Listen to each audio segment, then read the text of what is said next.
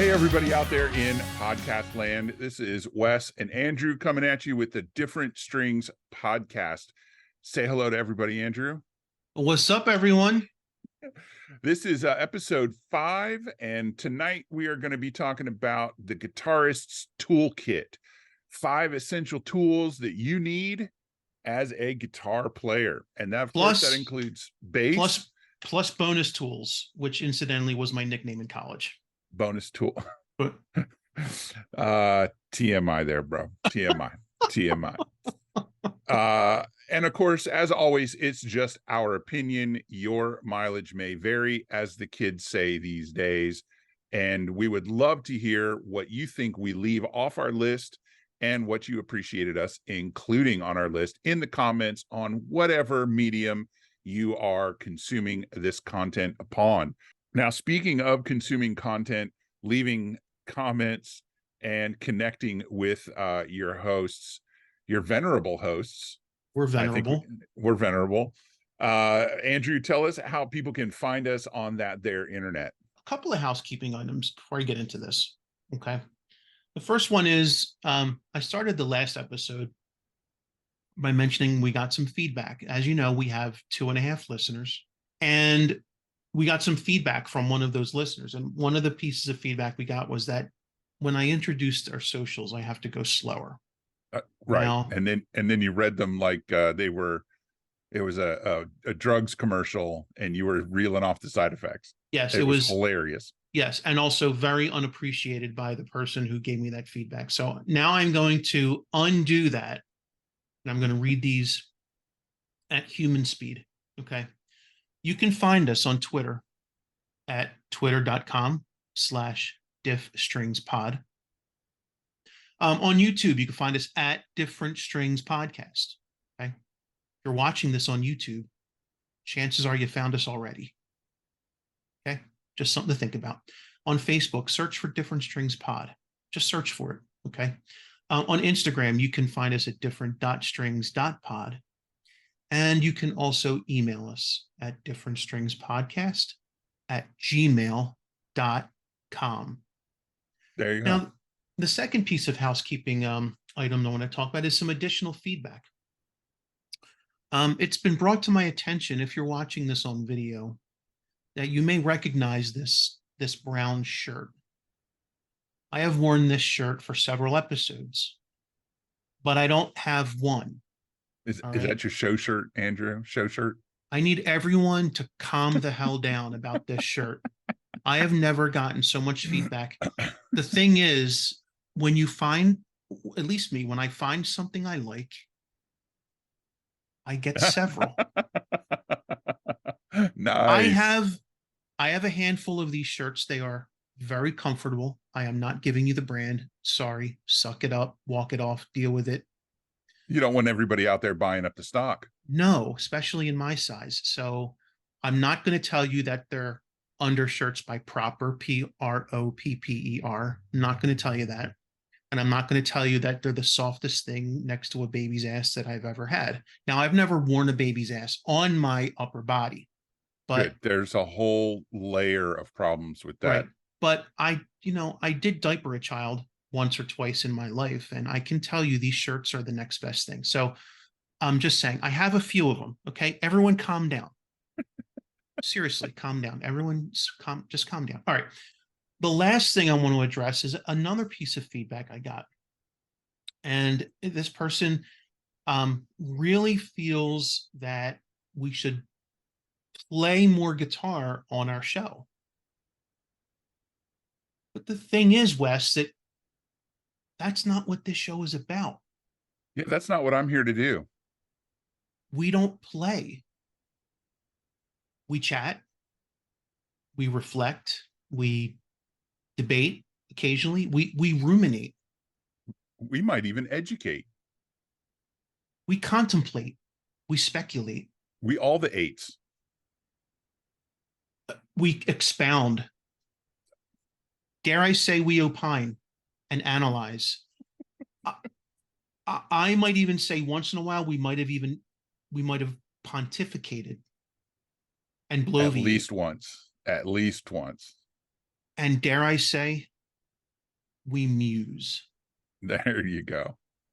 But I But we know I don't couldn't help but notice that the one word you left out of that list was play. we don't play. We Yeah. don't play right now. Okay. We don't play. It's fine. You'll be fine. Everyone will be fine. We just that's not what we're about. Look, have you ever been on YouTube, Wes? Just keep wondering. Yeah, a couple of times. There is no shortage of guitar players No, playing on YouTube. I say if you want to see players play, go see the they players play. go see the players play. We're not players.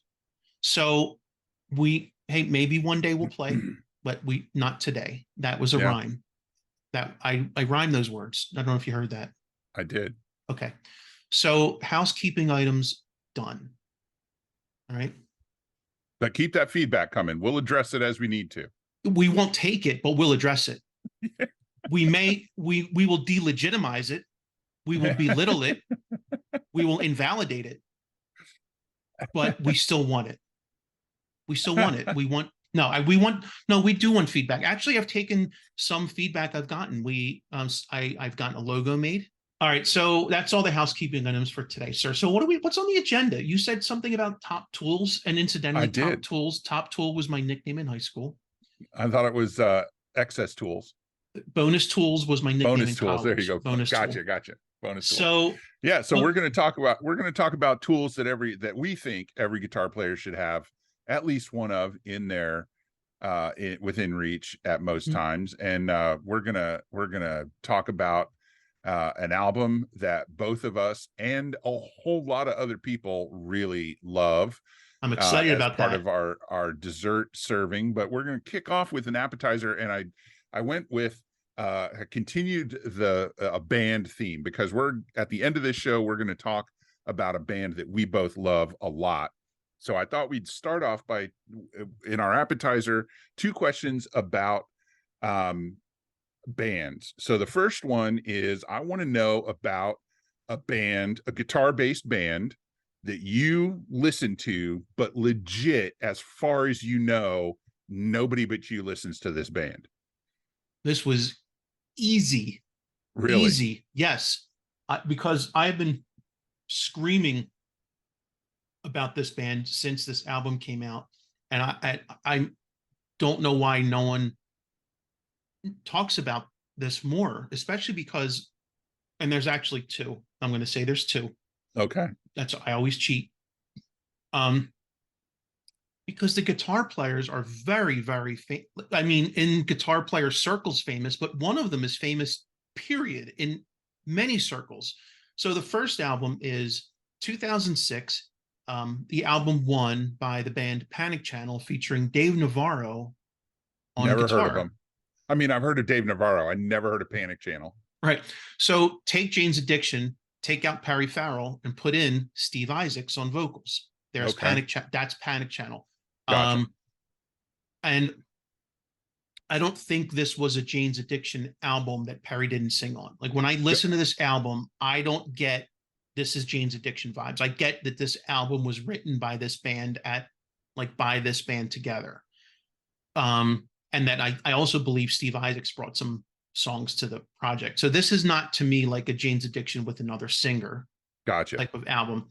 That said, it's phenomenal. First of all, Steve Isaacs is a very well-trained singer, one of the most powerful, but just controlled vocals, just super powerful. The lyrics are great. Typical Dave Navarro fashion, this thing is multi-textured and multi-layered. You got the most incredible rhythm section behind him. Every song on this album is phenomenal, and no one knows about it. I highly, highly recommend, even if you don't like Jane's Addiction, especially if you don't like Jane's Addiction, check out Panic Channel. Panic Channel. I'm telling you, it is a banger. And can I say banger at 53? I'm saying banger. It's too late. I said it. It's out there. It's in the universe. It's all good. It's on the internet. It'll never go away. It's incredible. It is truly incredible. And it's not just a guitar player's album. It's got great guitar on it, great tones. If you love Dave Navarro, it's chock full of Dave Navarro, but I'm telling you, this is a songwriter's album. It's phenomenal. The second one, different vibe, but same, in my opinion, same feedback. Greg Howe, who is an incredible shredder, especially like in the fusion area, but he released an album with a band. It's his band. It was called Marigold. Mara, Maragold. Marigold. One album. Again, one album wonder, like Panic Channel, one album. And then Steve Yeah. Isaacs moved to New York, and that was the end of that. But Marigold, Greg Howe, one album. And it is, again, incredible vocals, incredible blues, soul tinged record.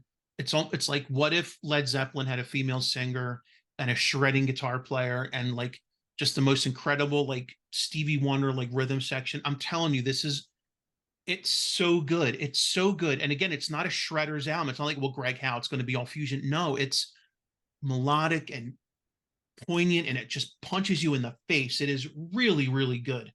Criminally shameful that no one knows about these two albums. And also one album and One done. album, one and So, done. but in a way, it's almost cool. Like, you don't have to go digest like a 3 or 4 or 7 album collection. Just go find the one record, enjoy it, play the hell out of it, and you'll be good. So yeah, those Yeah. are my 2 picks. Yeah, I never heard of Marigold either. And I know I listened to a lot of Greg Howe back in the day because he was doing the stuff that I like to listen to. Mine is on the other kind of the other end of the rock spectrum. It's a stoner or doom metal band from Sweden called The Quill. Never heard of them. Yeah, never heard of them. And at this point, I don't even remember how I stumbled across them. But they've got one album out called In Triumph that is just fantastic. The album before that is pretty good. They put an album out a few years ago that is also pretty good. Definitely worth listening to. But that one album, it's all black cover, just says In Triumph on it, The Quill. And it's just a fantastic album. And I'm really kind of disappointed that more people haven't heard of them because, they're from Sweden, so they're probably huge in Europe. And I just, stumbled across them. That's a good point. Like, we're talking about no one listens to. We don't really know what's going on in Europe. That's a good point. They are very different, much more open. I feel like they know about cool stuff long before we do. They are like Marty Friedman. There's a great example. Like, he's not. Oh yeah, he's massive in Japan. Massive. And like, I'm not saying he's not popular here. He is. Like, everyone knows him, but most people know him from his stint with Megadeth. But people my age know him from his stint with Jason Becker, like way before that. And not that he wasn't great when he in his shrapnel years, but he's just marvelous today. But you don't really hear a lot about him. But in Japan, he's just enormous. So yeah, it's to the point where he moved there and speaks fluent Japanese. Exactly. And, like, is on Japanese TV. Like, the dude legit speaks Japanese, which is an incredibly difficult language. Yeah, he apparently thinks in Japanese now, and it's like when he's speaking English, he accidentally says a Japanese word here and there, and it's kind of funny to see him interviewed. And he also has a tremendous respect for the culture.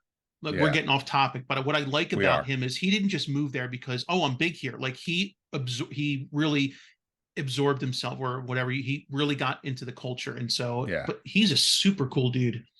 Yeah. One of the best things you can do yourself a favor and find, it's on the YouTube.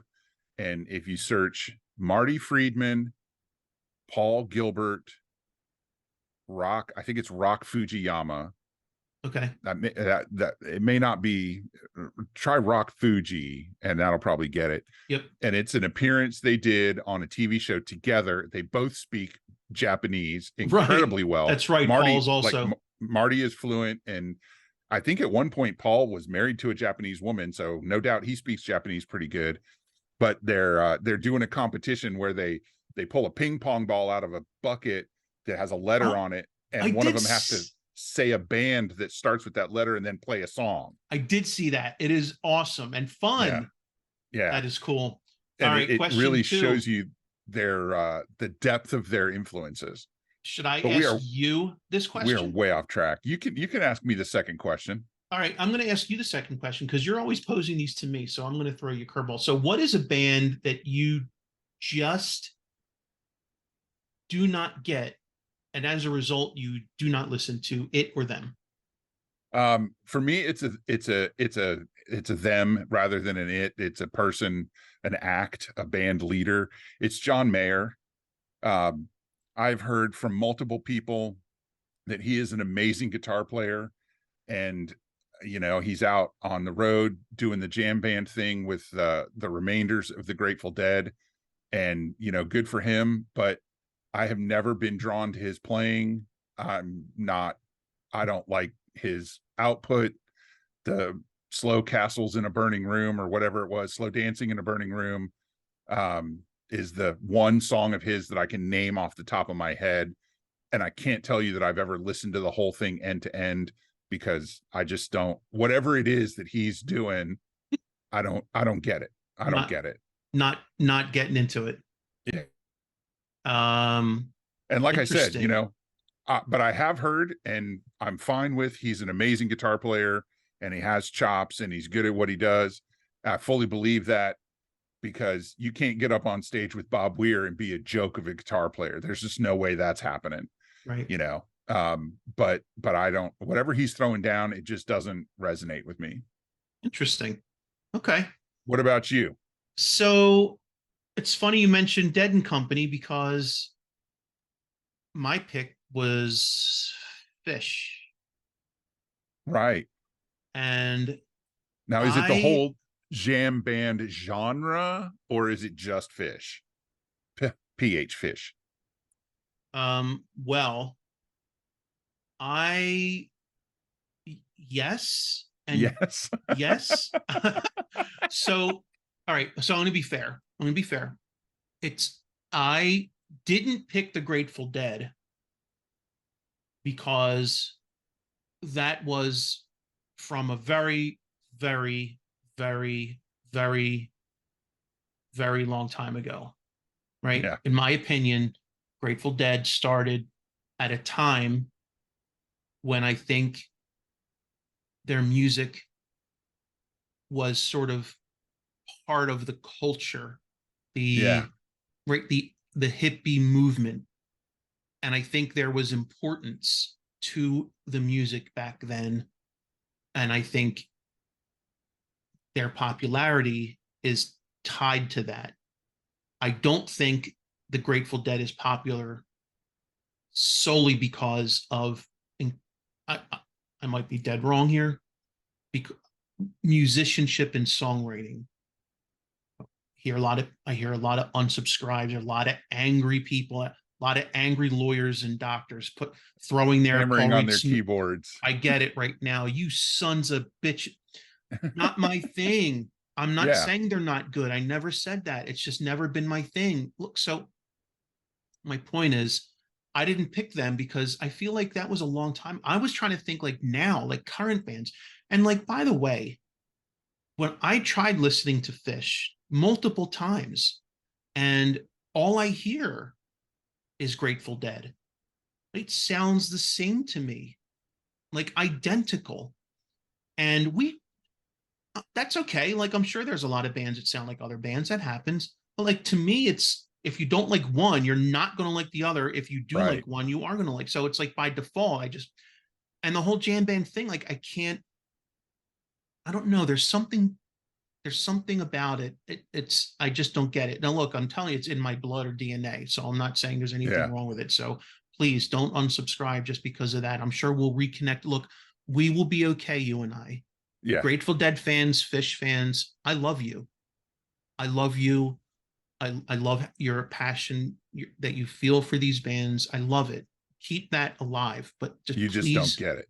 I just don't get it. And I don't Yeah. want you to force me to get it. Dude, I've And already tried. I'm not sorry. yeah, It's not happening. in my early 20s, I dated a young woman who was very, very into the Grateful Dead, I'm very and sorry to hear that. she was fantastic.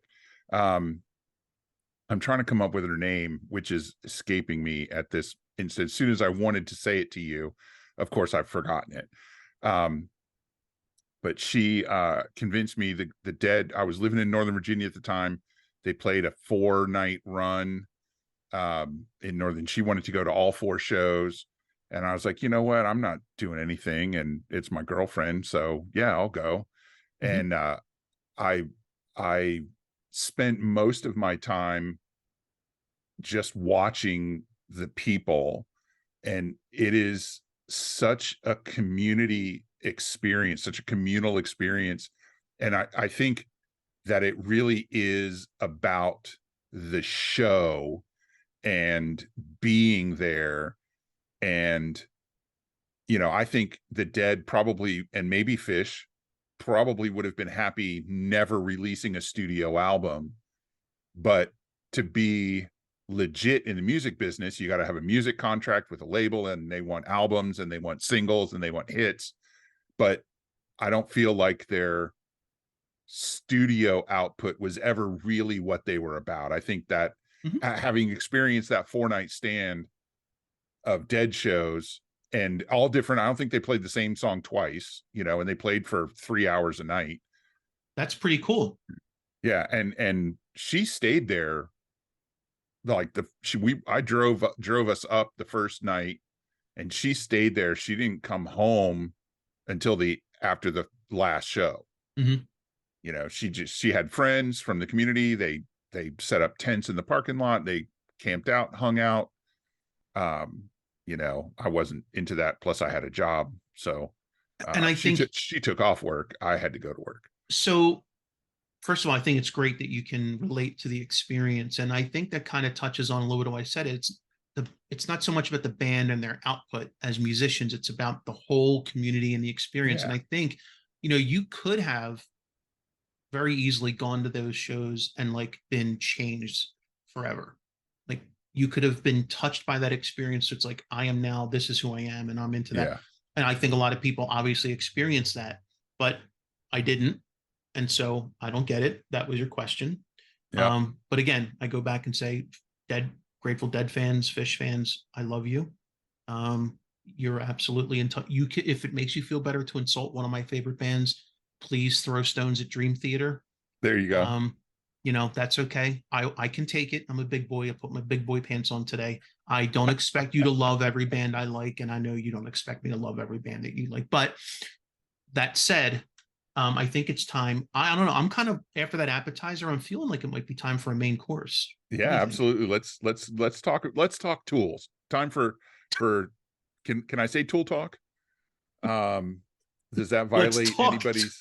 Let's talk tools. Just needs to be. I just needs to be a thing. That's a thing. Yeah, and I'm sure there's podcasts out there all about tools. But this is just one episode of Different Strings about guitar related tools. Now, in previous things where we've done like a list, we've gone back and forth. But I was thinking this might be a good one for one of us to throw down all 5 and then kick to the other person. Well, I'm going to disappoint you because I'm on my list, and I actually took a couple things off my list. Did you really? I do see. This is when I second guess and I self edit. Yes, I took a couple things off my list. Here's why. Um, I'm not saying they weren't they're not, well, I don't know. To me, I looked and I thought, are these really essential? Like, I feel like these are not must-haves. But I feel like your list was like must-haves, and the ones I left on here were must-haves. But I took a couple Gotcha. off that I'm like, I'm not sure they're must-haves. So I would be happy to go first. Just Okay, go know that first. it's going to be slower Okay, that's or, fine. or shorter, I Shorter. should say. Hey, it's we'll when we get to the end of however many we have, we'll change the name of the episode to that. Okay. So I put at the top of my list quality microfiber polishing towels. Okay. Specifically, I'm not saying you can't get them anywhere, but I like getting them from a place called the Rag Company. And by the way, this all links to everything will include in the YouTube description. Just go down there and you can check out. We're not paid. We're not affiliates. We're not getting paid for this. These are our recommendations, Yeah. but this is solely based on our experience and preferences. You don't have to buy them. There no affiliate links, nothing. We're not sponsored. Yeah. None So of these just put, companies have sponsored this nope, episode or the show. nope. I like microfiber towels, good ones from the rag company. Now, I also want to point out I like to use different rags for different purposes. So if you go to the rag company website and go to the microfiber polishing towels section, you're going to see there's like these really plushy ones. I'll use those for like finishing when I'm like, especially on like a something like a Paul Reed Smith with like a really high gloss shine. You Yeah. don't want to drag something rough across that. So, but It'll so hurt I'll the use, resale. yeah, you don't want to resale, you son of a, but you don't want to scratch. I'm trying to polish a guitar, not scratch it. Exactly. So I use these really fancy like Eagle Edgeless 500s. Okay, and actually, how I learned about this place was car detailing. Car detailers, if I don't know if you know this, but automotive finishes and car finishes very similar. When I say I don't know if you know this, I mean our listeners. I know you Yeah. know, Wes. Automotive finishes and guitar finishes very similar in thickness and in the material, if that Yeah. whatever. And application technique too. Absolutely. So Eagle Edgeless 500s, really, really good, like plushy ones for so plushy you'd want to use them as a blanket. They're that nice. But for like wiping off excess lubricant or cleaning gunk off a fretboard, you don't need anything fancy like that. You would Right. just get like the old gray towels that you would use that, you know, for cleaning wheels on a car, for example. So get different grades of microfiber towels, use them for different purposes, and don't mix your chemicals. That is a big one.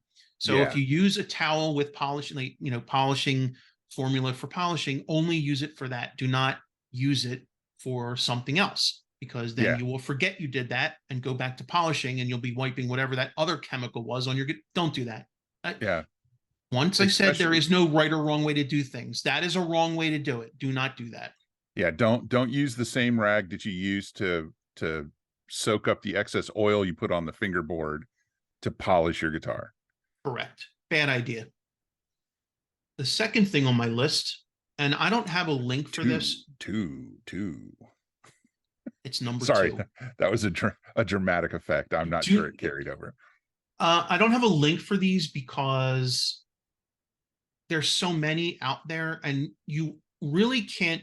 I'm going to say you can't go wrong with almost any of them. It's a variety of lubricants for bridge saddles, tremolo posts, nut slots, anywhere you have contact and movement between two parts. So nut slot, string moving back and forth in nut slot when you bend. Bridge saddles, the string goes up. Anywhere you have contact, especially metal to metal contact, Yeah. especially a variety of lubricants. There's graphite lubricant, there's silicone lubricant, there's lubricants with the tiny little needle applicator. I love those for bridge posts and saddles. It screws that you for setting your intonation. Definitely get those. Lubricant is not just to it doesn't just lubricate, it cleans as well, and it Yeah. prevents rust.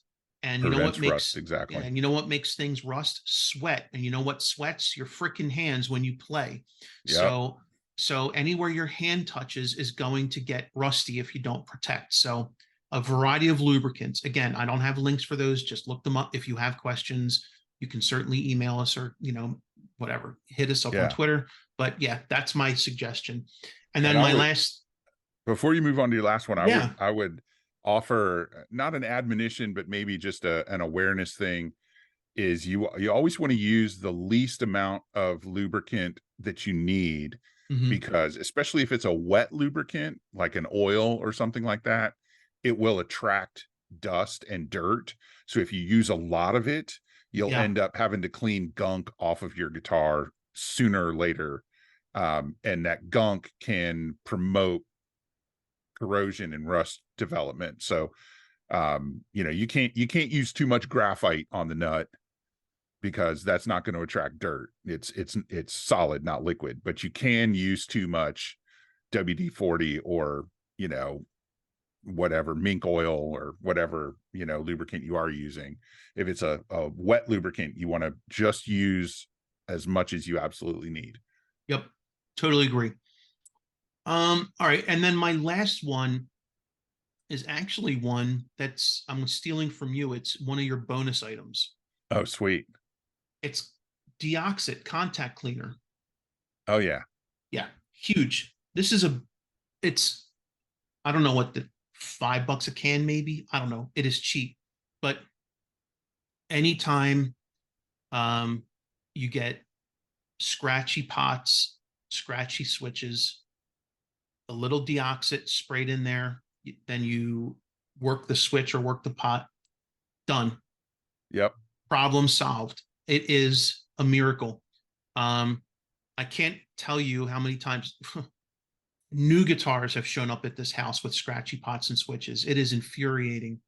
Um, but Well, it also, it's dust collecting on the wipers or the wafers, yeah, and that's just a thing that happens. Guitars right. are made in factories. Factories have dust and sawdust and all sorts of stuff in the air. Yeah, but it's infuriating if you don't have the proper tool to Yep. clean it. And it is cheap and easy and quick, and it is absolutely something anyone can do.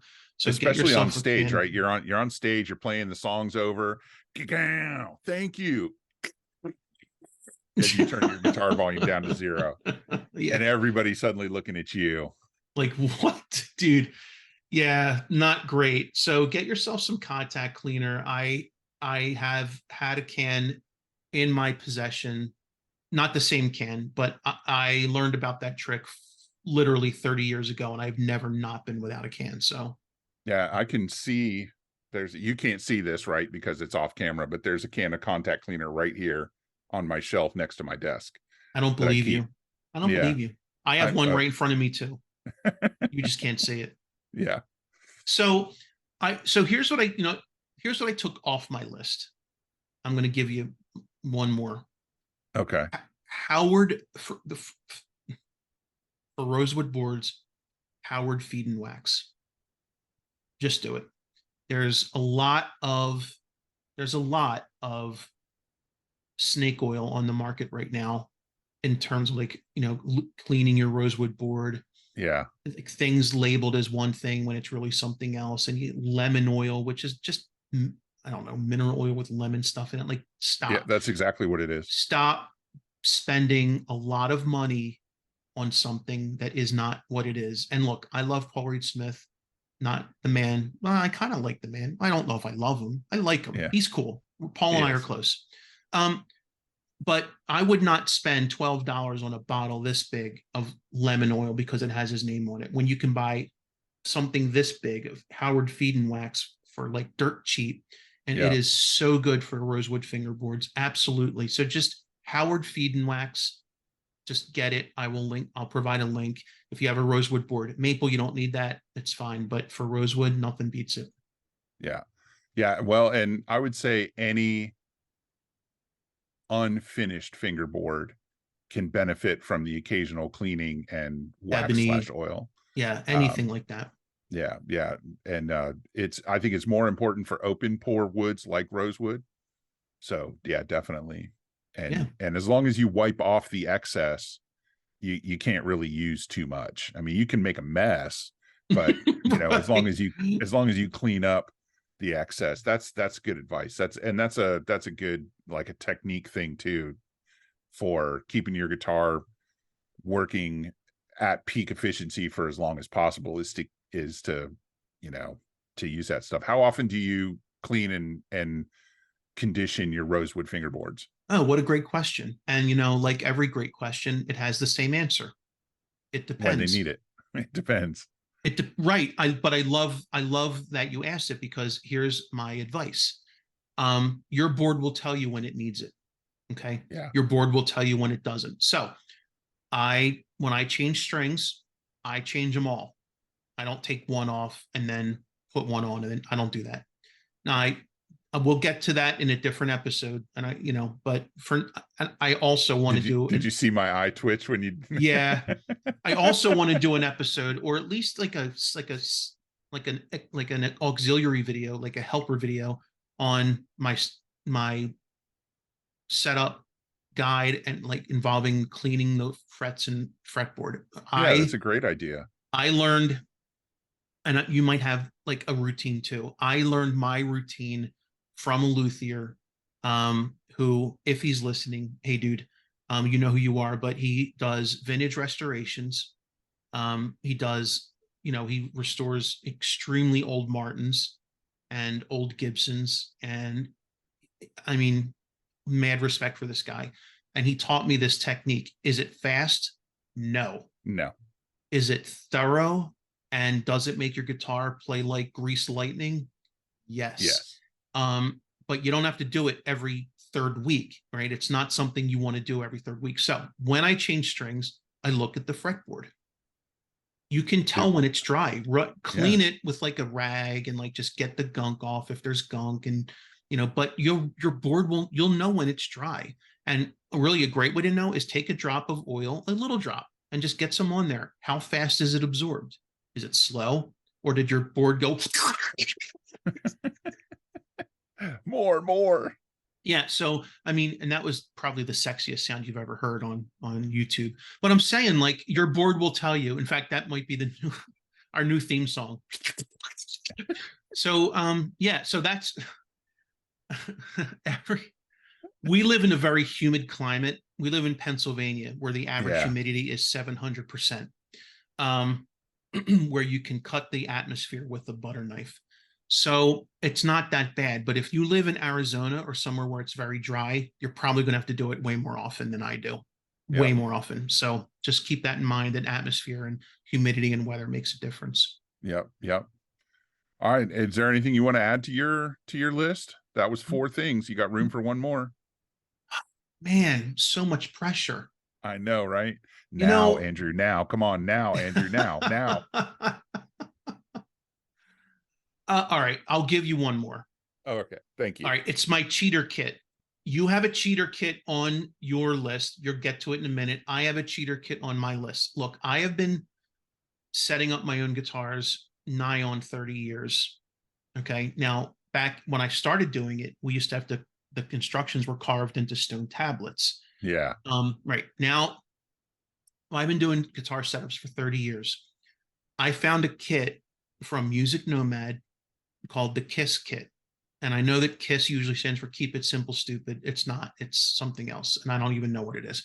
The Music Nomad kit is, I think it's a dream come true for not only inexperienced guitar players that want to learn how to set up their own guitars and save money and be more self-reliant, but it's even made my process faster by taking some of the guesswork out of the process.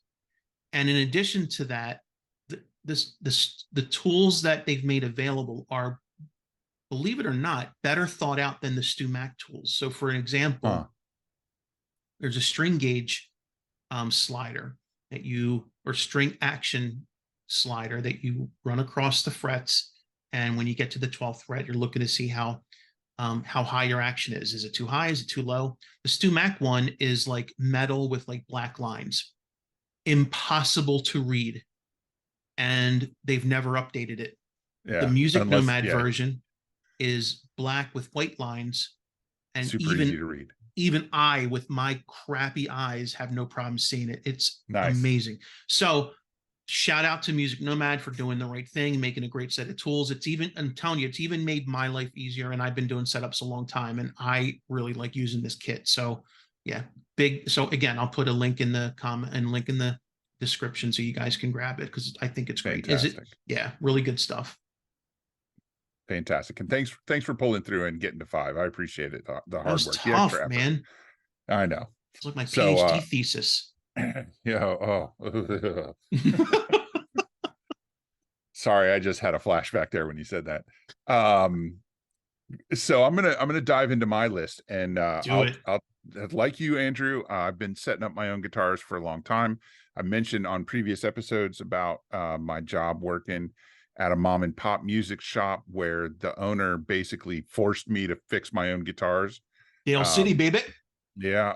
So, that's, and I also worked as a professional guitar tech for a number of years. I toured with a couple of local bands, regional bands, and for a while, not to, I'm not trying to break my arm to pat myself on the back, but for a lot of the guys and gals in the other bands in my area, in my scene, when they had a problem with their guitar in the middle of the night, right before a gig, I was the dude they would call. Hey, can you come up here right now and fix this? So in a Um, way, it's a blessing and a curse to have this knowledge. yeah, yeah. So I had the opportunity to work on a lot of guitars over the years that weren't mine. So that's I just wanted to set the picture, build the context for where this list is coming from. I want to So have, I want to have a conversation with you about that someday. It may not even be a podcast one, because I think what some people maybe we'll do an episode about it is, stories from behind the bench. Because I have some good ones, and yeah. I'm sure you do too. Some people don't understand how scary it can be working on someone else's guitar, Oh yeah. because you never know what's lurking under that pick guard. You never know what's going to come undone when you loosen a screw. Yep. And I'm serious, man. I've seen some shit stuff. I've seen some stuff. And when someone brings in like a true vintage instrument, and they're like, I need work done, you're like, I'm afraid to touch it. If I Yeah. turn a screw and something breaks off, you're like, you don't know what's been done to that guitar before you. Yep. You could accidentally, a crap job, you could accidentally break off something. I mean, it's legitimately scary sometimes, and I'm Yeah. sure you can relate, right?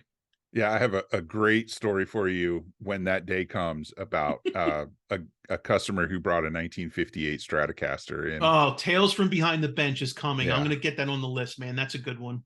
yeah. So my list starts with what I think is probably obvious to most people, but often overlooked, and that is a high quality, durable, dependable tuner. All right, hold on. Okay. So, if I just want to make sure I'm clear, if you're listening to this podcast, Wes is not assuming you own a tuner. I've I have showed up to too many band auditions to assume that everybody owns a tuner. Oh man, that I is. really have. Look, I'm not. If you don't tune your guitar, I love Uh, you. You're gonna be. Everything's okay. You'll be fine. Everyone will be fine. But I struggle with that. I struggle yeah, with that. I do too. A lot of people think their ear is perfect and they're fine with that. I'm not. So I actually brought one of my tuners for show and tell. Oh, I Uh, love this. this is my favorite tuner that I have. It is a Peterson Oh, 450. back in Of the course, day. yeah. If you're listening to this on an audio format, you can't see that I'm holding it up to the computer cam. You can see right here it says model 450. This is, you have to tell it what note you're trying to tune it to. Yep. Can you hear the clickies? Oh man, that is so cool. Yeah. How And long have you then had that? I've had this one for about 3 years. Oh, you got that fairly recently. I thought that was like an old back in the day one that you got. You've had No, for a while. no, I had so my tuner that I've had for decades is also a Peterson. I think they make the best bench tuners. Um, for like working on guitars, that's my go-to.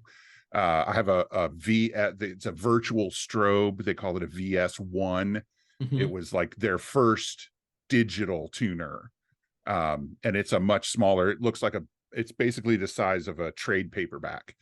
And it stands up on its own, and it's Mm-hmm. got a nice screen, and it fit into my toolbox that I carried for years. So Mm-hmm. that was my work tuner. And it also had a like a rubbery case on it. So if you knocked it off of something, it would bounce instead of just shattering into 1,000 pieces. I mean, Wes, there's a Um, reason that if you go into any guitar factory, that's the tuner, yeah, or one very similar to it is on that bench. Am I right? yeah, absolutely. And I Yeah. actually paid a dude to clean and calibrate this one after Wow. I got it. So it is in tip top condition. But when I'm playing live on my pedal board, I use a Boss tuner, a TU2, Yeah. which has been superseded by the TU3. I also I have an Ernie Ball. It's a volume pedal with a tuner built into it, Uh-huh. because for when I'm playing live, I want to be in tune, but I don't need to be critical with the intonation setting. And that's really where these Peterson strobe tuners shine, is when you're setting the intonation on a guitar. And why is that? What makes them so much better? I don't know, to tell you the truth. I have never used any other company's high-end strobe tuner. I've only ever used Peterson's, probably because that's what was in the shop when I learned. And so that's what I wanted to get for my own purposes. So do you find when using the 450, the Peterson 450, that when you're intonating, that it responds, like, does it have a, sometimes tuners can be jumpy Yeah, and it it makes is it not hard to jumpy. intonate? That's kind of what I'm asking, is Yeah, it's not jumpy. Okay. I'm wondering if that, it takes a second, not literally a second, but it takes a moment, however long that moment may be, to settle, and I find that I do have to pay attention to my intonation technique. Now I'm a bench intonation setter. I do not set intonation in playing position, but that's how I've always done it. So I know how hard I press, and there's a whole bunch of things, like I know how I do it, so I can set the intonation as perfectly as somebody who insists you have to do it in playing position because gravity or whatever. That's right up there with one of those long held myths that we should probably talk about sometime. But yeah, I do find it to be like the most accurate thing I've used. The 450 is brilliant. And actually the reason I got the 450 is because I wanted to tune my piano, which I failed at, but I wanted to have that accurate of a tuner to tune my piano.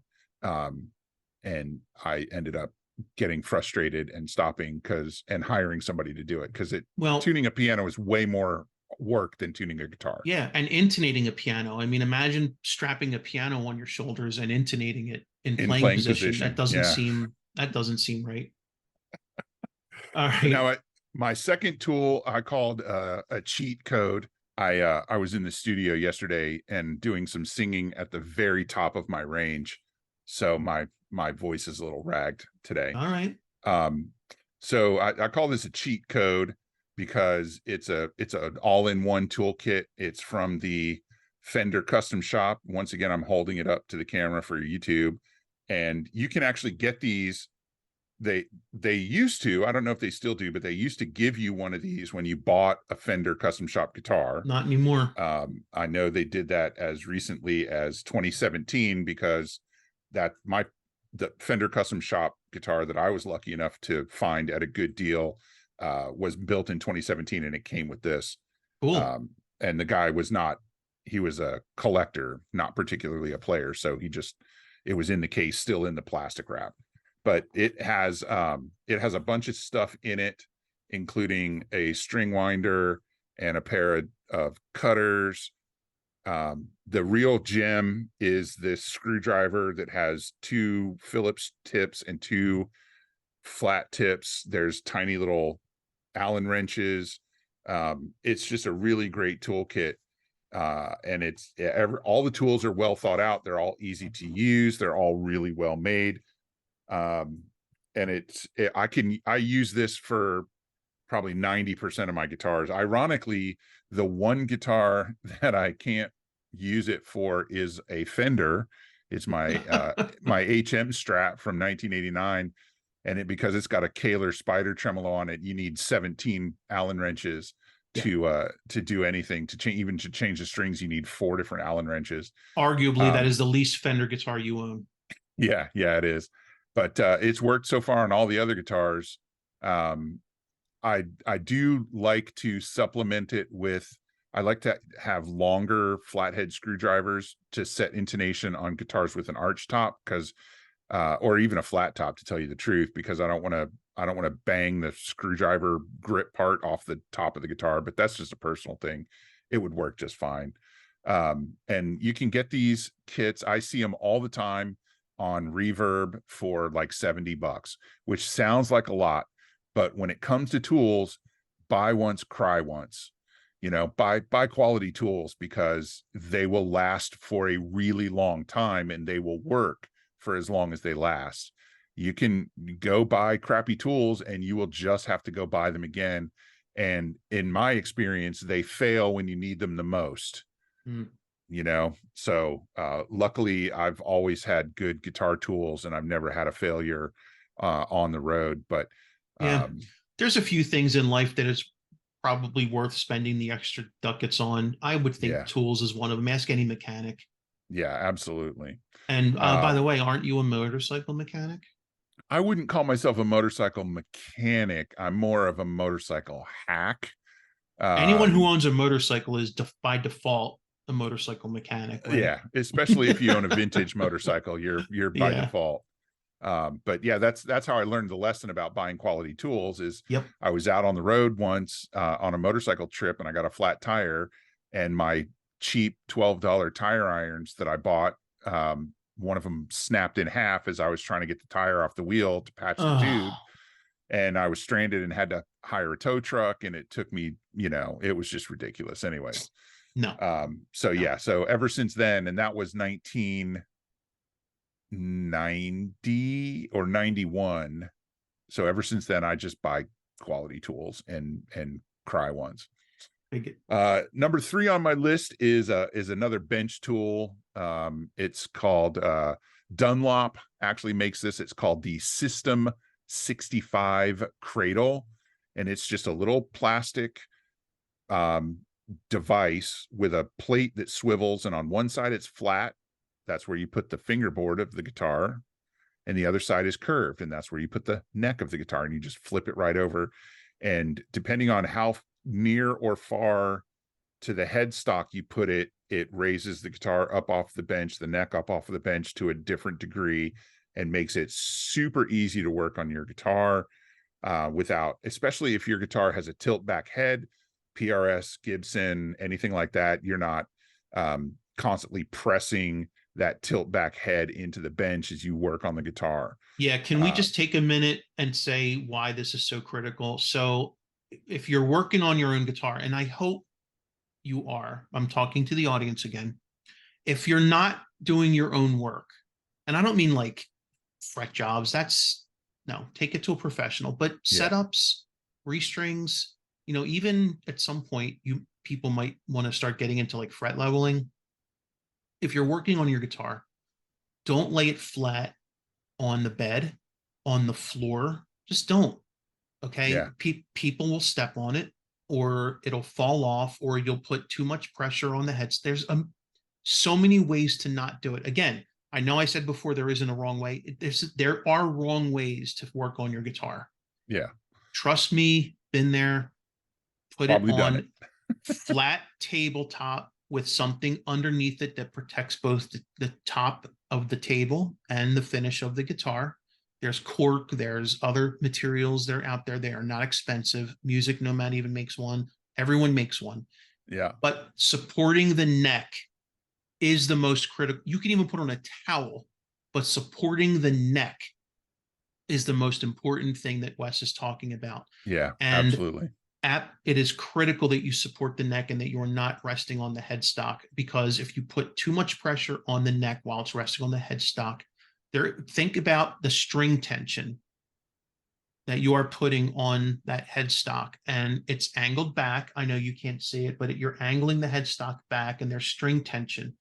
If you press hard enough, those strings are going to pull that headstock right off the neck. Right on. Yeah, I mean, I've seen it. If you've ever seen a Les Paul with a cracked headstock, it's because it fell forward on the strings, and the force of that fall was enough to just snap the snap headstock it. right off that guitar. Yeah, And Les Pauls aren't the only guitars that can happen to, but they are more prone to it because of the severe headstock angle. So do yourself a favor, use the neck rest. But specifically, Wes is talking about this ingenious invention. yeah. And I don't know how many people know this, but the when I first encountered the Dunlop 65, it was actually colloquially known as Roto Blocco by the guy who invented it, a guy called Ron Thorne, who is a guitar maker. and was the principal builder, principal master builder, principal builder, something for the Fender custom shop for 5 years. And he basically invented this thing to work on guitars in his shop, and then licensed it to Dunlop, and Dunlop mass produced it. And his were, nice and wooden and that kind of thing, and Dunlops are plastic. But I've had the same one for 15 years. It's not cheap, it's not crappy at all. So I know my buddy Greg, who is a professional guitar repairman, he has one on his bench, and his is starting to look a little ragged, but he works on 100 guitars a week, and I work on maybe 2. So that it's super easy to use, and they're not super expensive. Now getting a little bit deeper into it, I've been talking about kind of mechanical things up to this point, but now I want to get into electronics. And if you are at all interested in farting around with the electronics on your guitar, or maybe building a pedal kit, or maybe doing some light amp work, you got to absolutely, I recommend more highly probably than any other thing, buy yourself a really, really good soldering station. So this is a full bore, it's a base unit, and you plug the soldering iron into it with a cable. This is not an all-in-one where you plug the soldering iron into the wall with a 2-prong thing, and it's got like a little trigger on it or a button. Those have their place, absolutely. But if you're going to be doing a lot and you're really interested in getting quality soldering work done, get one of these soldering stations. The 2 companies that are probably the most well-known are Welter and Hakko, Hakko. Weller, sorry, not Welter, yep. Weller. I have a Hakko station. It's fantastic. Variable heat, which is really the important thing, because if you're soldering to the claw in the back of a tremolo guitar, you have to solder the ground wire there.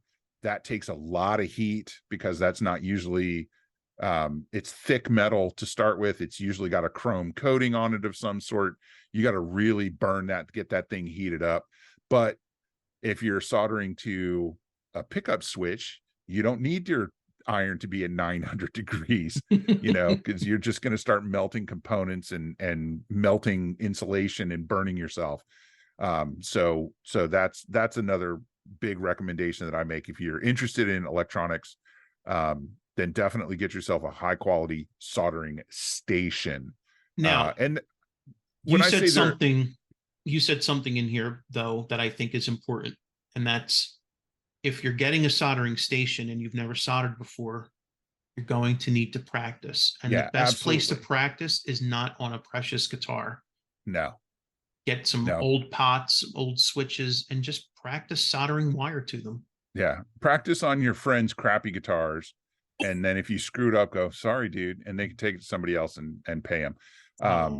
But the thing that was the hardest for me to get a hold of when I was learning how to solder was soldering to the backs of pots, because you have to balance the heat and the time, and you don't want a giant blob, but it's got to adhere properly, and it can't be what they call a cold solder joint, which is just any solder joint that doesn't pass the signal as effectively as it should. And it's a flat surface. There's no hole or lug to go to. So just getting that technique down and soldering to the back of a pot is the thing that I had to practice the most. Yeah. But it's worth it. Now I can pretty much do anything to one of my guitars that I want to electronically. And yet I still will take those to other people sometimes. If I'm having them do a bunch of work, then, maybe throw this pickup in there while you're at it, kind of thing. Yeah.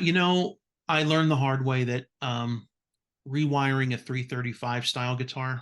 Oh no, no. Pay somebody, if it's hollow or semi-hollow, pay somebody else to do it. It's just not worth your frustration. It wasn't. That's just pay whatever they charge you.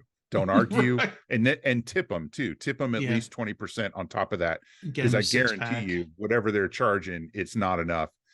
I did that. I did one time. I rewired an ES175, which is a big body, it's the guitar that Steve Howe from Yes plays. It's a big jazz guitar, 2 humbuckers. And this dude, client of mine, wanted it, fresh, completely refreshed with modern. The pickups were bad anyways. They had gone bad. They were microphonic. So he wanted, some Seymour Duncans, and he wanted new pots and a switch and a jack. And I don't do that anymore. And for those that don't know, the reason it's such a nightmare to do any wiring on semi-hollows and hollows is because, unlike solid bodies, they don't have control cavities and covers. You have to do it all through the F hole. Yep. And or the pickup holes. And you will learn why they call them F holes if you try rewiring them. Yes, you will. I'm saying. Now, some of the less expensive models of the ES335, especially, I think the ES335 Studio maybe is one of the ones, has a control plate on the back under the pots. Okay. So I think they did that just to speed the labor. Sure. So back to soldering though. So right. you mentioned a good soldering station, which I agree. I have one. It's fantastic. It makes my life so much easier. But let's go back to, we're talking to people who may not have one, which means they may not know how to solder. To be clear, there are a lot of very good videos out there. Absolutely. A lot of good. So learn, watch videos, practice on components, not even in the guitar. Just, take a piece of thick cardboard, punch a hole in it, put a pot in it, just to hold it, and practice soldering. That's all you have to do. And then when you feel comfortable, because, control cavities can be tight. Yep. Sometimes. And they're not always convenient to work in. So it's just practice the mechanics, the muscle movement of soldering before you work on a guitar that has finish, that has to be protected, that it's hard to get in and see what you're doing. It's just, don't make your life hard. Practice, practice, practice, watch videos. And then, but if you're going to do it, the right tool. So Wes said Hakko or Weller soldering stations. And I'll add to that. Can I add to that? 60-40 leaded solder, Kester 60-40 leaded solder. I know people say don't use leaded solder. If you use regular, unleaded solder, it requires a higher melting point, which can be troublesome. Much better technique. Right. But leaded solder is a little more forgiving. But if you use leaded solder, use it in a well-ventilated area and get a fan blowing the smoke away from you. A little fan, that's all you need. And just get some flux, and you'll learn. You'll see Seymour Duncan actually has some amazing videos. I mean, they should. I watched Seymour Duncan videos recently, and I thought they were fantastic. So that's a good recommendation. But I agree, soldering station. If you want to get into electronics, here's the thing: once you know how to replace your own pickups, think of the world that has now opened up to you. Replacing pickups in an electric guitar can be very expensive. Yeah. And so a lot of people, on top of the cost of the pickups, now you're paying someone. So if you get good at that, think of how much that opens up to you. You can just experiment at will. It's a lot of fun. Yeah. And just to replace a pickup, I used to charge $25 just to replace a pickup with no other work. Just to unscrew 2 screws, put a new pickup in, and solder 3 wires. I charge $25. Well, that's cheap, because nowadays I can tell you it costs way more than that. Well, I haven't charged for that kind of work in about 20 years. So it has been a while. Now I really only work on my own guitars and friends, people that are desperate. So to go along with that, my number 5 tool is, if you're gonna work on your guitar's electronics, you should have a multimeter. Nowadays it would be a digital multimeter, but if your grandfather, your father, your parent or grandparent had one that's got a needle on it, that'll work too. Although it's probably out of calibration, so just get a digital one. And that can help you diagnose a lot of issues with guitars and pedals and amps. And this is where I add the admonition to be extremely careful and do not work on an amplifier. Do not stick the probe of a multimeter into an amplifier unless you are absolutely sure what you're doing. Amplifiers carry lethal voltages inside them, and they can kill you with no more than touching a metal probe to the wrong capacitor. So please, please get educated on how to discharge capacitors before you ever think about sticking a multimeter lead into an amplifier. But what I probably use mine most for on the guitar is two things: to test impedance of pots. And yes, I do that. I will buy 10 pots and use the 4 that are closest to 500K. And then the other ones, I mark them what they are and I stick them in a bag. And then when somebody else needs one and they're not a jerk about ohmages like I am, then I let them use the one that's only 465. So you can use that to test resistance on your pots or components or whatever. And you can also use it to test continuity, to make sure you have a connection between point A and point B where it's supposed to be. I use that a lot to test my ground loom, because you don't want a ground loop. Sorry, that P was very aggressive on purpose, but you do want to make sure your ground goes everywhere that it's supposed to go. I recommend the multimeters made by a company called Fluke. They're pretty distinctive looking. They usually have yellow cases, rubberized cases. I recommend one called the 107, or another one very similar to it called the 117. Those are both at the lower end of the expense range, and those Flukes can be expensive. Klein Tools also makes good stuff. They can be more or less expensive. I mean, you can spend multi-hundreds of dollars on a multimeter. You can But spend, don't. but you don't need to for like guitar. As a matter of fact, the one that I keep in my road kit when I take it to, when I go to a gig, is not much bigger than a credit card, and about I don't know, maybe a quarter to 5/8 of an inch thick. You know, it's or not 5/8, 3/8 of an inch thick. It's not even a half inch thick. But it's got, it uses a watch battery, and it's got these two cute little probes.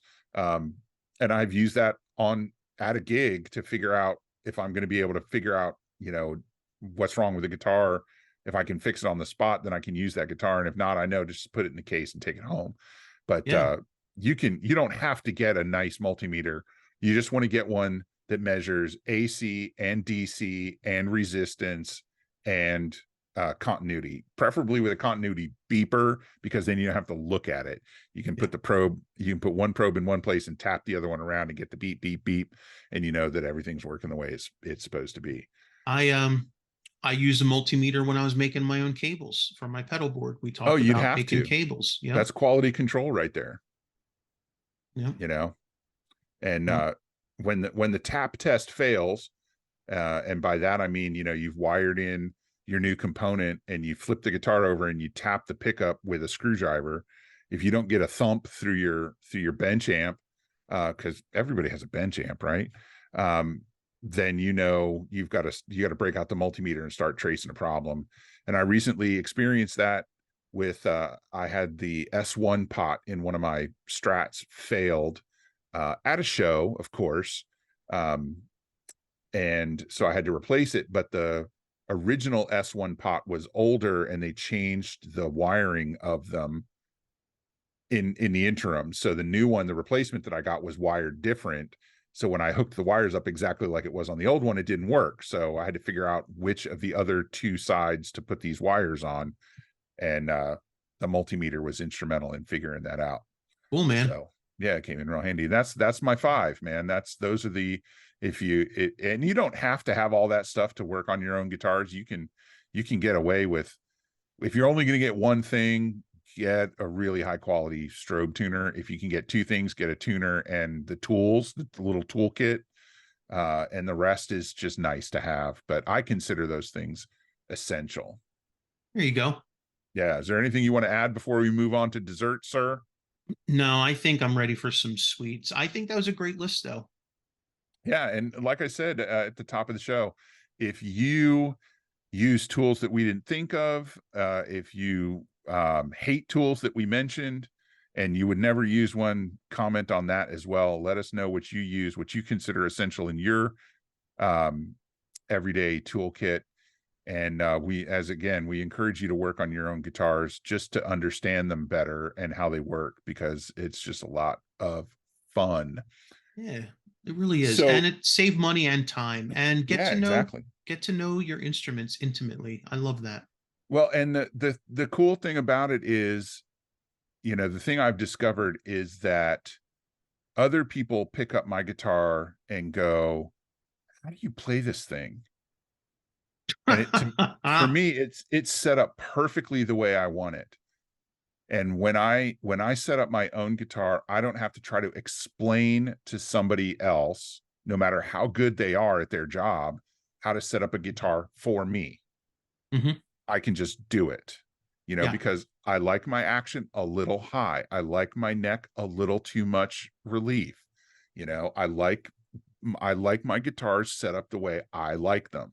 Mhm. And other people play my guitars and they're like, yeah, it sounds great, but how do you play this thing? You Um, would probably play one of my guitars and you would destroy it.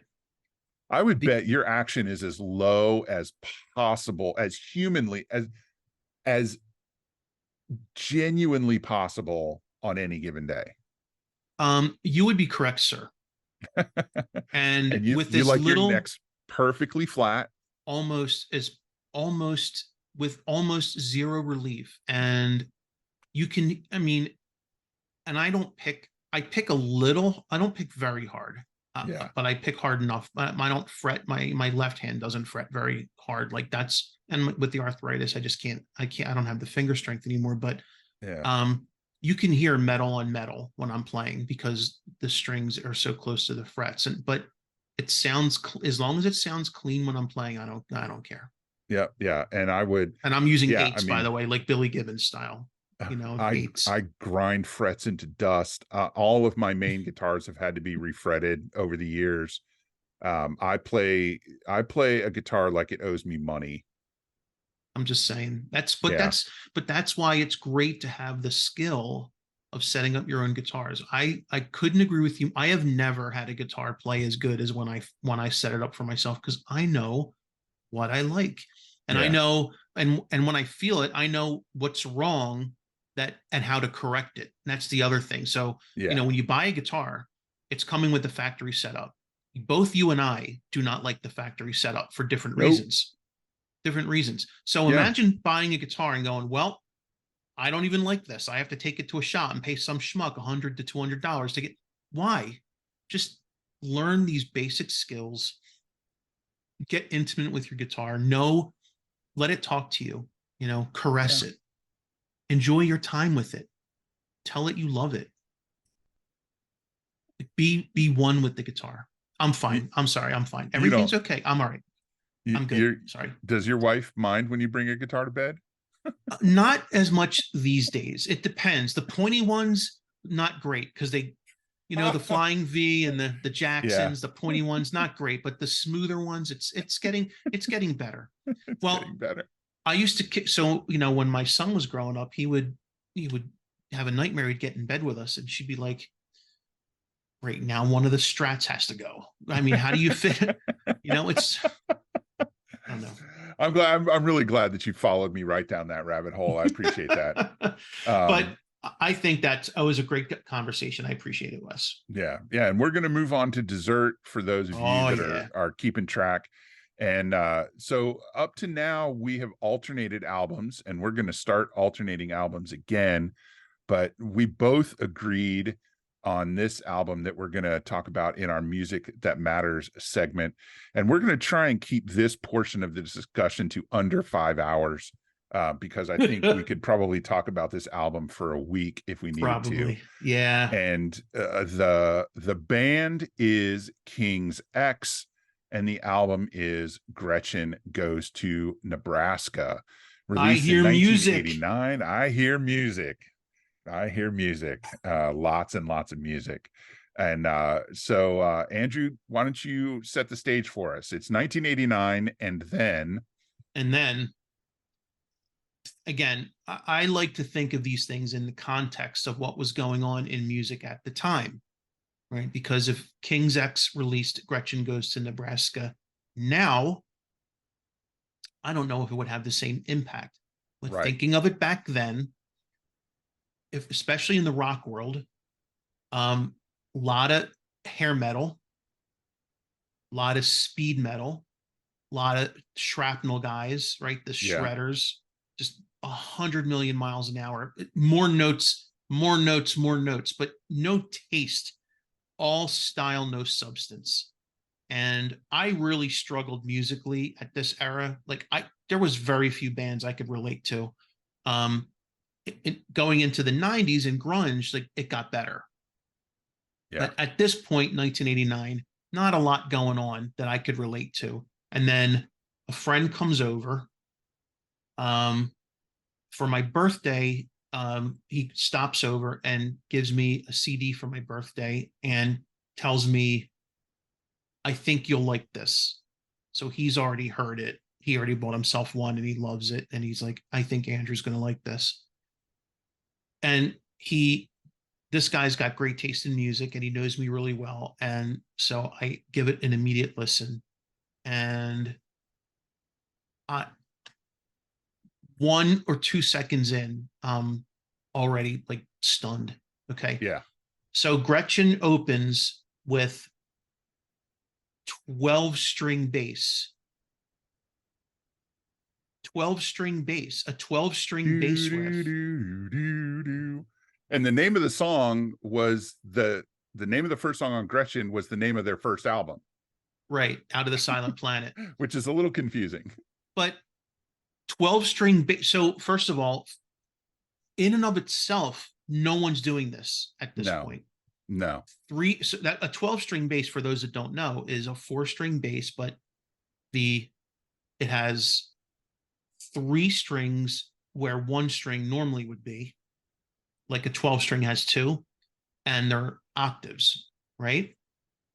So it's one primary, the main string, and then 2 unison octaves. Right, 2 unison octaves. Yeah. So it's basically, you think of a 12-string guitar has a main string and an octave. This has 2 octaves. Adding a second octave that's the same octave, it just creates a girth to the sound that is earth shaking. Yeah, Hamer, Hamer made them. I don't know if anyone did or does still, but Hamer still makes it. They make 8 and 12-string basses. Okay. The bass player, and I'm Cheap spacing Trick. on his name, from Cheap Trick, also plays them. Yeah. So not a common instrument. No. And also, I don't know if you know this, but Jeff Ament from Pearl Jam. Yes. Because of Dog Pinnick. We'll get to this. We'll get to that. Anyway, King's X opens with a 12-string bass riff, and then the drums come in, and the guitars come in, and the vocals come in. And it is this massive, sludgy, soulful, groovy, just thick sound. And then it's slow and like, and then the vocals come in, these 3-part harmonies doing all sorts of like, just, like, you think Beatles, but Beatles in metal. I mean, I can't begin to describe. If you aren't and you haven't listened to this record, just freaking go and do it. Yeah. It is first of all, there isn't a bad song on the record. The guitar tone is unique in that Ty was using Fender Elites at this point, with a Gibson L5 Lab Series solid state amplifier. Yeah. And cheap modulation effects. I want to say ART or something along those lines. But they had studied at the feet of Sam Taylor, and they had learned how to sing and he produced the crap out of them and just made this huge, huge symphonic, almost, not since Rush have 3 guys made this much noise. Yeah. And I mean, it's just so, here's what I'll say. King's X from day one till now, groove, groove, groove, groove. That's Jerry plays behind the beat, the drummer, and that just there's something unique about playing behind the beat, just a hair behind the beat. It's groovy and soulful and heavy. Ty, the guitar player, brought drop D to the masses. Very few guitar players. Eddie Van Halen did it on a couple songs, but very few guitar players were doing drop D in rock until Ty Tabor brought it out. And what makes this album so groundbreaking is not how great the album is, but what it did to music after. And you'll go through this.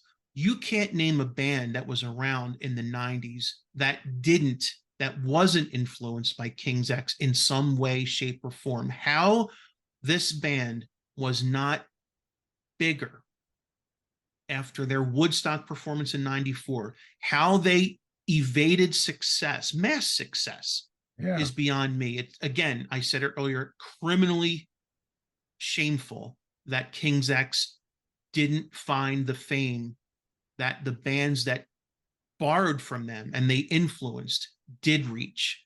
Yeah. And I to say that King's X shaped me as a musician for decades to come would be an understatement. To say that Ty Tabor shaped my guitar playing would be an understatement. There's just, I took so much from this one album and the albums that came after it. Faith, Hope, and Love, also one of my favorite records. Ear Candy, one of my favorite records. Like they just, until Ear Candy, they just could not stop making great music. Yeah.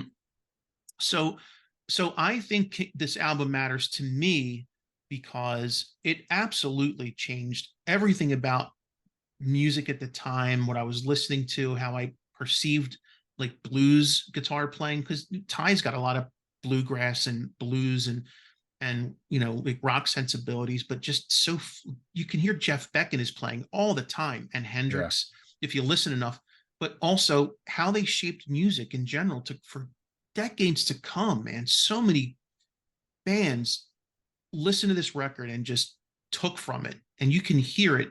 So I just think it's groundbreaking. It's like you said about Doug's tone, earth shattering, but just, I mean, we could talk for hours about just how amazing that record was. It's just stupid. And you and I have very different, when it comes to certain things, we like very different music.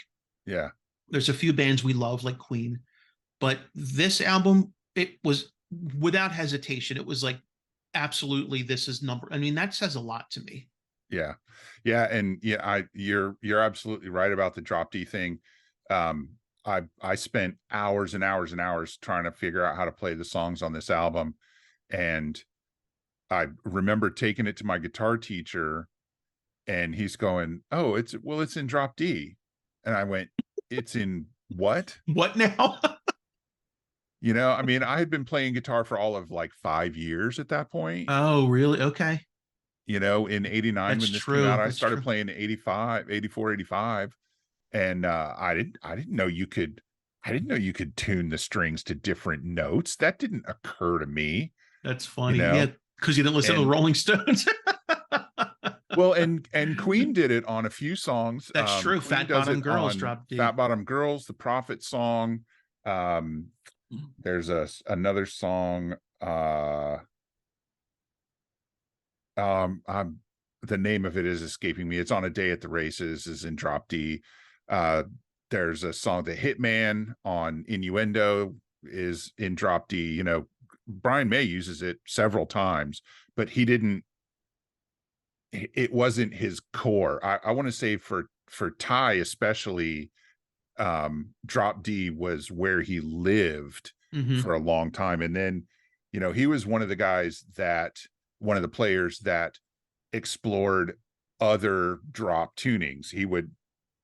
They were the first band I ever heard do drop C or C sharp, you know, where they just keep tuning the low E string down, but leave the rest of the guitar relatively the same.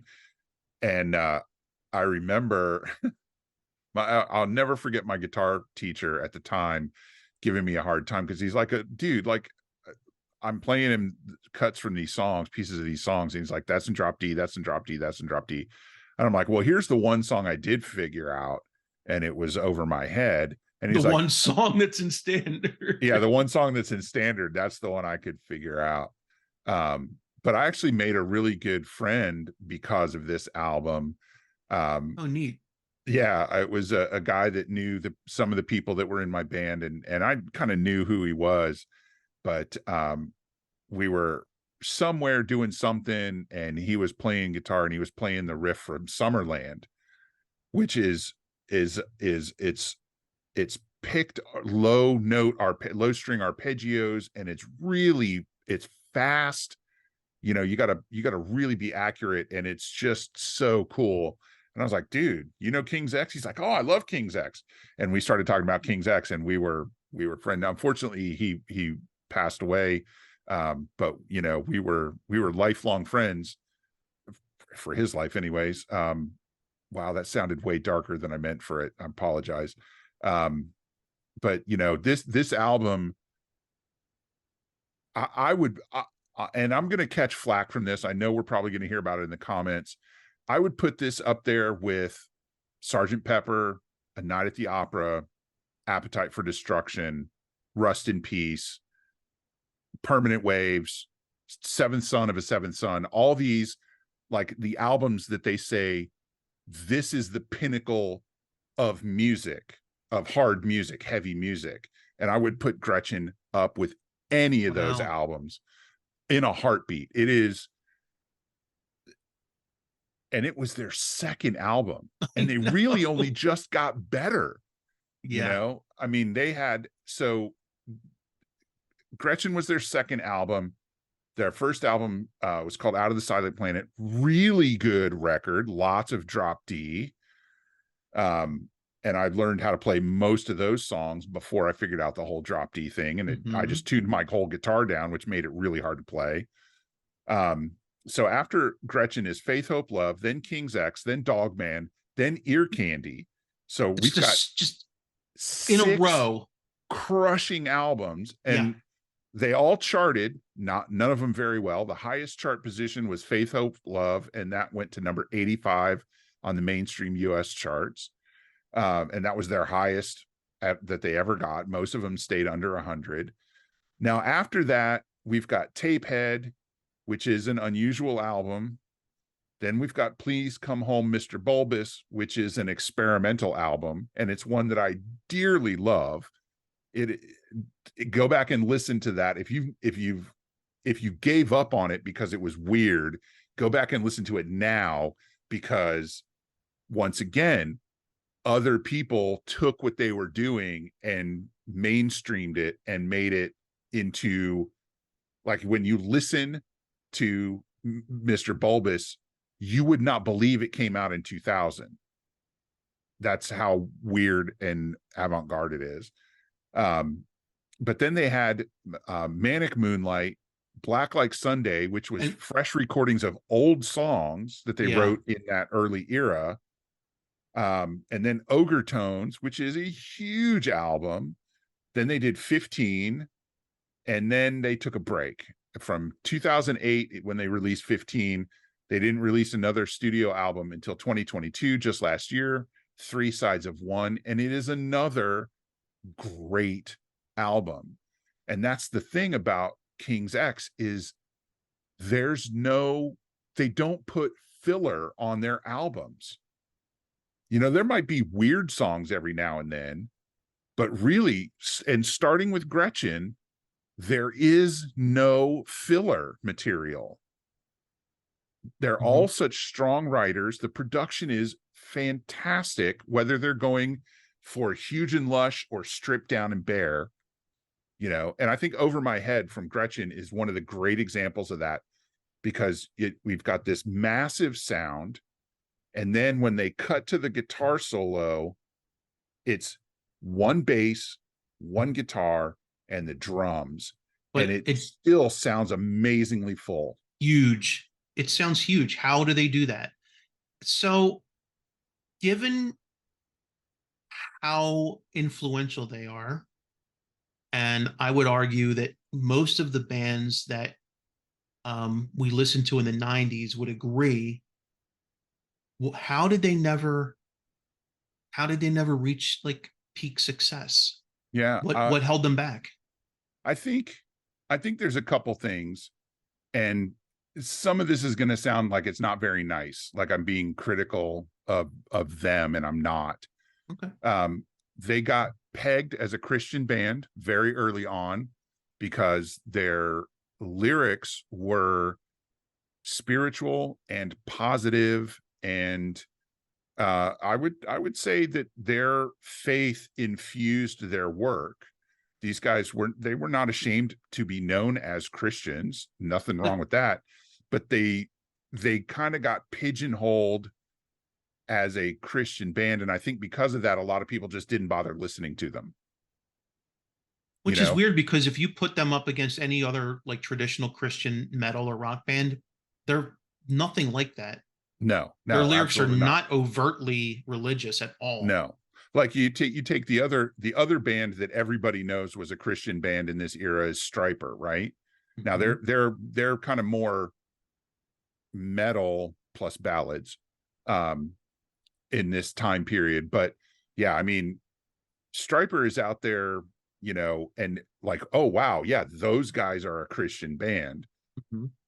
King's X was a spiritual band and they happened to be Christians, and but I think they got pigeonholed, and I think that a lot of people were unwilling to listen to them as a result, and I think it probably hurt them as far as radio airplay went. You think You so? know, Because sometimes I I wonder. I don't know the answer. Obviously, you and I will never really know the answer. But is it possible that their music just wasn't approachable to non-musicians as it was to musicians? Because well, that was going to be my second point.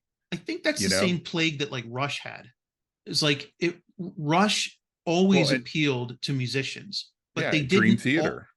always appealed to musicians, but never appealed to non-musicians. Whereas Metallica, and I know that's an aging reference at this point, Metallica always appealed to non-musicians as well as Yeah, musicians. well, but not. I would argue that they didn't always. I think Metallica made a conscious decision with the Black Album to get a song on the radio, to get a song on regular radio. Because you listen to Right, right. Justice for All, I mean, what is the shortest song on Justice is like 6.5 minutes. You know, I mean, even Yeah, even the one song that eventually got played on the radio from Justice is one, and they cut 2.5 minutes out of it to put it on the radio. right. I mean, I think so. Metallica had Fade to Black, which was on the radio for a period back when radio actually played decent music at Yeah. some point.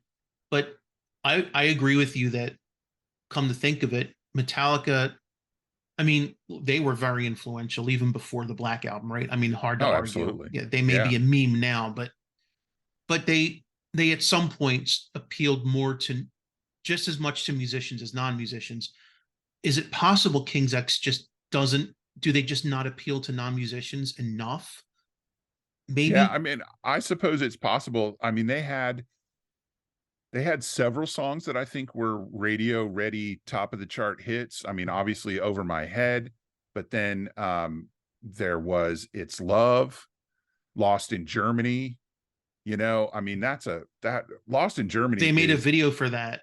yeah, it's an amazing song. It should have been a number one hit, um, as far as I'm concerned. How did they get But on Woodstock 94 without really ever achieving massive commercial success? you Because know, even there were, because they had to fill 4 days worth of roster. I mean, they ran music around the clock, and I think that was probably one time. And another thing that I think held them back is their management, especially early on, for a not lot getting of behind reasons. them, not getting You, we behind them and promoting them right. exactly you would have to dig into that, and then there's certainly their label.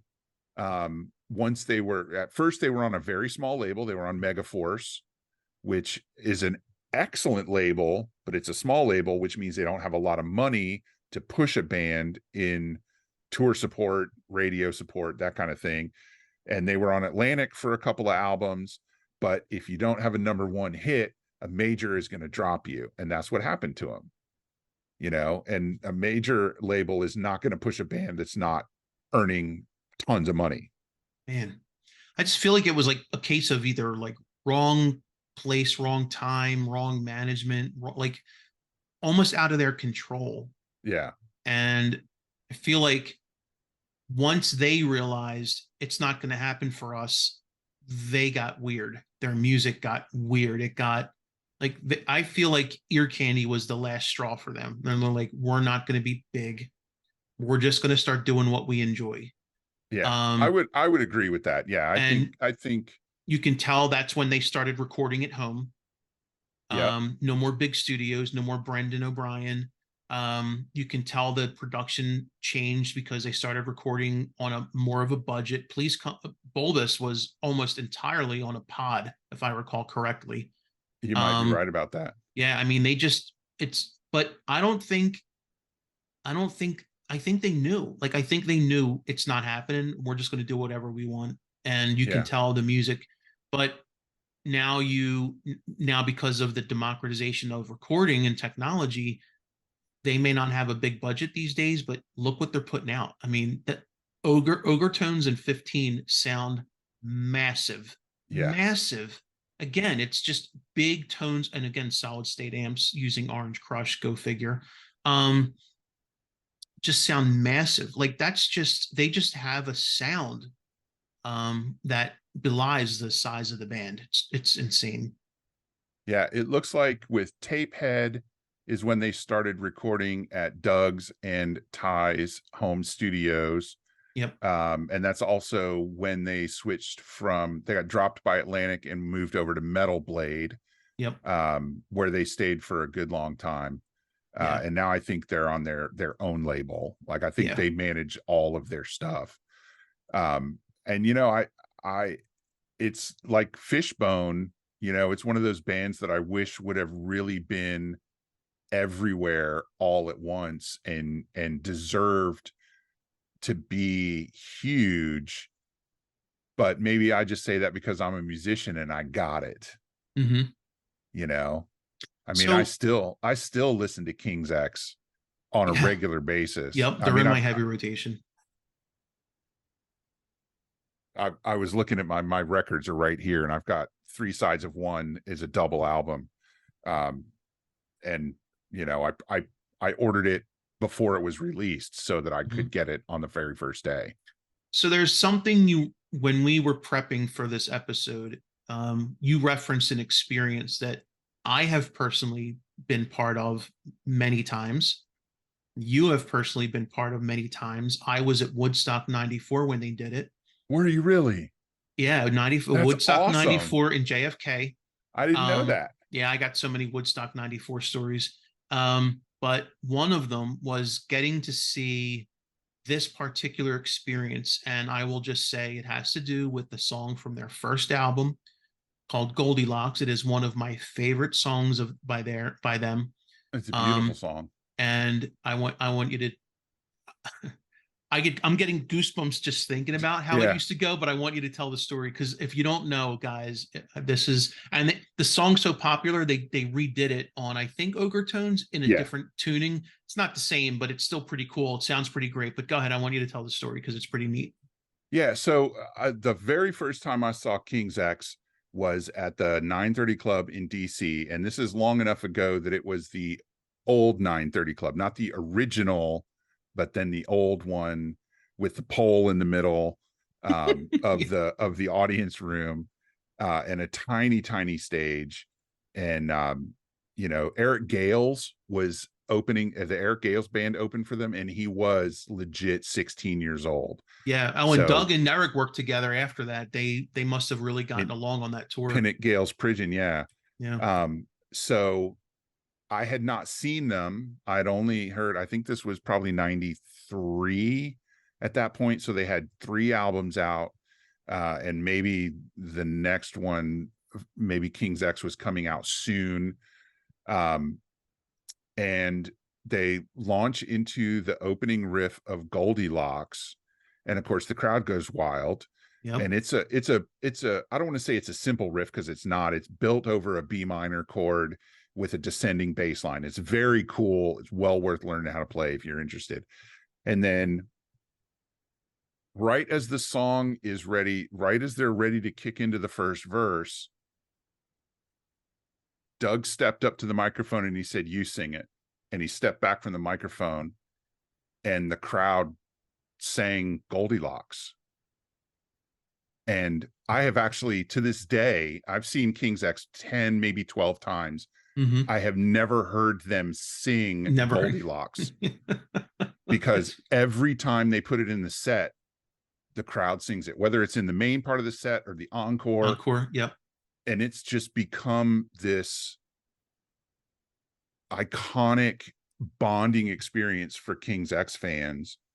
And it is such a beautiful and moving song. Yep. And it has clearly touched thousands and thousands of people, because like they never have to sing the song. They just stand up there and play it, and we sing it. Yep. The first time I saw that, it wasn't in the encore. Like, as you pointed out, because it wasn't part of the encore back when they were playing it early. Yeah. And when I first saw them, Doug sang most of the song. No, actually, I think the band sang most of I think they did sing it, but so they sang it and the audience sang it at the same time. And I remember looking around thinking, is everyone really going to sing this entire song with them? Like the entire song. Yeah. And I was doing it too. It was so cool. Yeah, that was the first and only time I saw them do it, because on subsequent tours in these tiny little clubs, and even at Woodstock when they did it as an encore, I have never heard them sing it again. And Doug doesn't have to tell them, as you probably know at this point, he doesn't have to tell anyone to sing it. He doesn't even come close to the microphone. Yeah. And his face, the whole band, like, I remember a couple of times, I haven't seen him as many times as you have, that's for sure. But I remember one time in particular I watched Doug play, because the look on his face, and you could see like the pride and the joy in his face. And I, like you said, man, that's a moment several moments that I'll never forget. And look, I've seen a lot of great bands play live, at Rush, and I'm going to say Huey Lewis, believe it or not, and Phil Collins. And Huey Lewis is a great live band. Was a great live, and he was so much fun. But I got to tell you, man, there has been nothing like that sing along with King's X. Yeah. So friggin' amazing. I've never been part of anything like that. Not since and not before that. It is, like you said, it's a great bonding moment with the band. Like, you feel like we're in this together. It is so amazing. Like, I still have goosebumps thinking about it. It's such a great thing.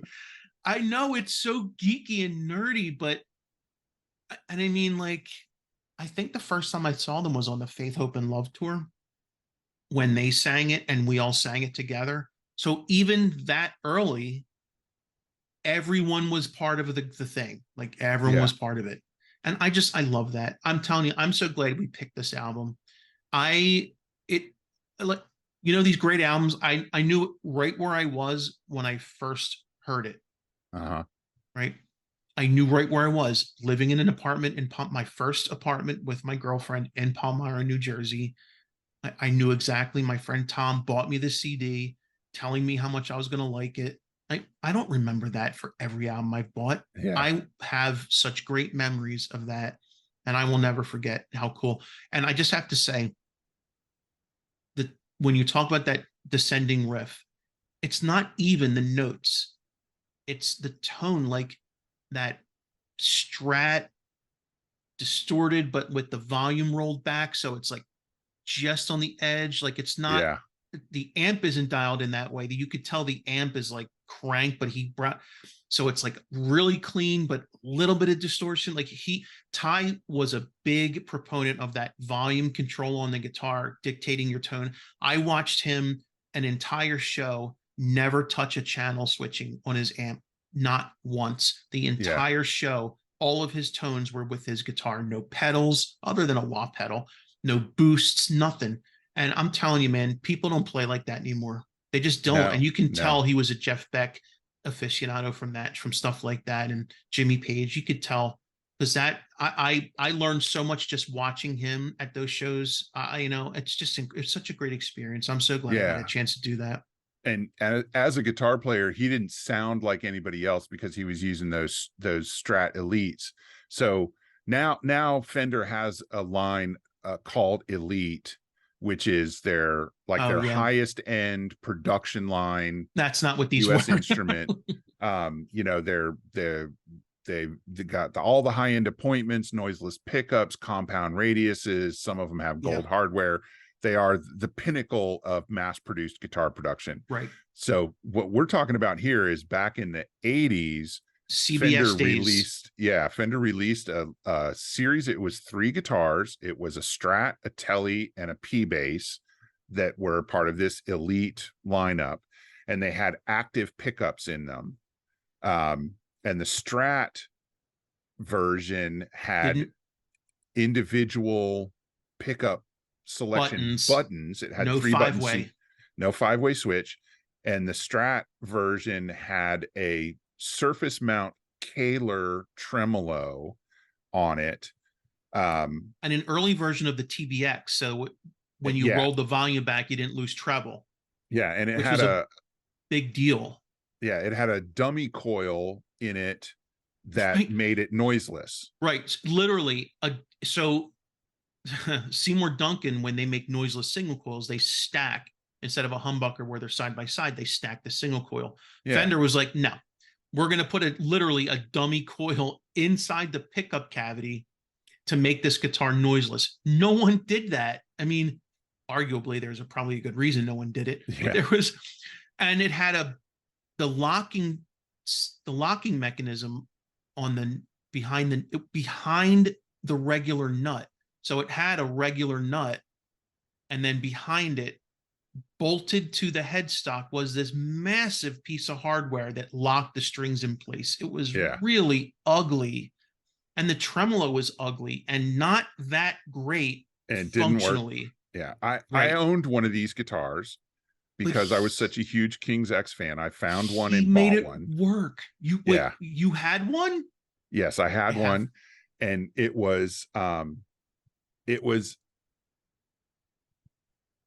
sounded great. Ooh. I did not enjoy playing it. It was not, out of all the Strats that I've owned, it's probably in the bottom 3 as far as playability. There's a good reason he's not using them anymore. Yeah. I mean, well, that and the fact that he's probably destroyed all the ones he had from their, relentless touring schedule that they had. But it sounded for better or for worse, everything I played with it to me sounded like a King's X song. And the guys in my band were like, we're not doing King's X covers. I'm like, yeah, I know. Good point. But and the only other person I ever saw playing any of the Elites was John Deacon, the bass player for Queen. Right. That's right. If you watch the video for the song One Vision, you can see him playing one in that video. And I think, do you know who made those? Was it, because I think they were the precursor to the lace sensors. Yeah, I think it might have been Fishman that made them. Okay. Or Lace. I'm sorry, not Fishman. Lace. Right. Okay. But yeah, that was so this was not this was the CBS era. Those Elites came. Well, we're way off topic from King's X now, but so the Elites were like still in the CBS era, but tail end of it. Yeah. And they were trying to compete with all of the other fancy guitars out there and active pickups and double locking. And they really went crazy. Like if you look at Elite, it was a good effort. It's a Strat, but like a space age Strat. The pickups look very different. It's just a weird guitar. And now on the user market, they're very expensive. Yeah. And it's hard to find one that still has the locking mechanism intact. Because a lot of people were chucked it because they're like, it's garbage. Yeah, just took them off. And I know the one that I had did not come with it. The person that I got it from had put locking tuners on there. Ugh. And that's one of the reasons why I eventually sold the guitar is because they did a really poor job of installing the locking tuners. They were crooked. And I'm like, I'm not going to fix that. And I made a little bit of money off of it, but I just, I felt bad. I felt guilty for not liking it more than I did because of how much I loved King's X, Yeah. you know? Yeah.